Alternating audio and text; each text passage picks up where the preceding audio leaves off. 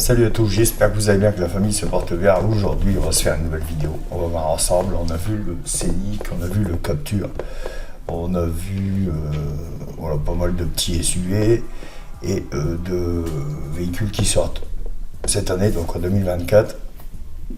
Aujourd'hui, on va se voir ensemble Renault Symbiose, voilà, celui que vous voyez en vidéo juste derrière ma voix. Renault, je pense qu'en ce moment, ils sont en train d'évoluer. Alors j'aime bien ce qu'ils commencent à faire. Alors ils développent pas mal. Ils améliorent leur véhicule. Après, voilà, ça reste un groupe français, mais je trouve ça plutôt pas mal. Et ils avancent dans le bon sens. Donc là, ils nous ont sorti, enfin, ils nous ont pas encore sorti. En réalité, il doit être développé, il doit être présenté. La présentation finale, mai. Normalement, c'est avril-mai. Donc là, il est censé être présenté, mais il n'y est pas encore. Donc ça va plus tarder. Donc ça va être le Renault Symbiose e-Tech, donc évidemment hybride. Hein, on s'en va tous dans ce sens-là de toute façon.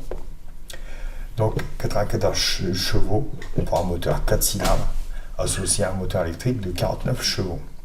Donc si on additionne le tout, ça fait 134, 153 chevaux. Le nouveau modèle promet ainsi de pouvoir rouler 80% du temps en tout électrique lors des trajets urbains.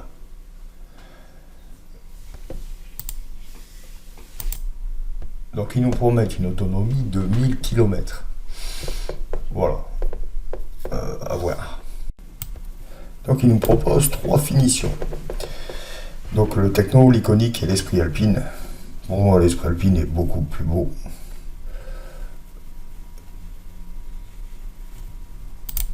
Le prix, bon, donc le prix de départ, hein, comme à chaque fois, donc aux alentours de 34 000 euros. Bon, pour un familial, ça va encore. Faut pas oublier que c'est hybride aussi, alors évidemment, c'est un peu plus cher. Il sera disponible en 7 places. Alors, il va y avoir de la concurrence parce que le Dacia Duster hybride est à 28 100 euros. Donc évidemment, et puis il n'y a pas que celui-là, il y a le Hyundai Kona et le Kia Niro. Donc 32 000 de base, 32-34 000. Hein. Et les finitions haut de gamme pourraient atteindre jusque 40 000.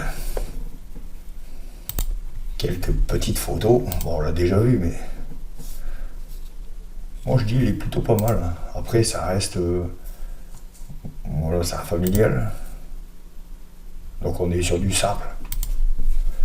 Hein, on voit la ligne, elle est très simple, droite, pas de spécificité.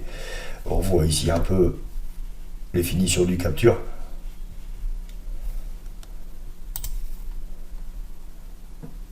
Le logo Renault, alors je trouve il a bien évolué, mais pour moi c'est trop gros. Alors, les lignes, comme je vous ai dit, hein, c'est droit, c'est rien de, c'est carré, c'est froid. Dites-moi ce que vous en pensez dans les commentaires. Moi, je le vois comme ça. L'intérieur, simple. Hein. Alors là, il y a de la surpiqûre, mais voilà, ça c'est le modèle iconique. Donc c'est modèle milieu de gamme celui-là. Donc on voit un siège cuir. Donc c'est pour ça qu'il y a de la surpiqûre. Le coffre est pas mal. Hein. Boîte auto. Niveau intérieur, ça va encore, vrai. Il est simple, mais c'est propre.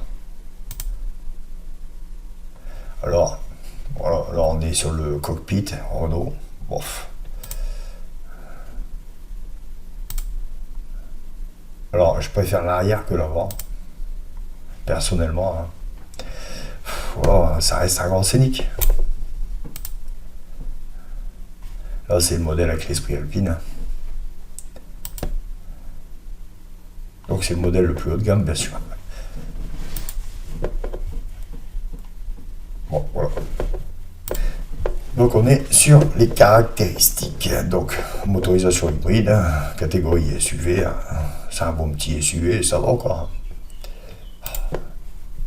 Donc batterie 1,2 kWh, consommation 4,6 litres au 100 km, longueur 4,4 m, hauteur 1,57 m, empattement 2 m 63. Alors, volume du coffre mini et maxi, 492 litres minimum et 1582 maximum.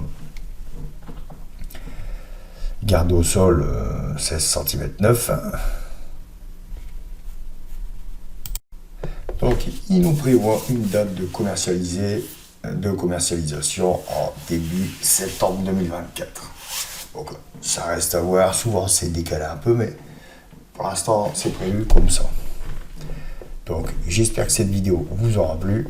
Lâchez un maximum de pouces à vos démos et salut!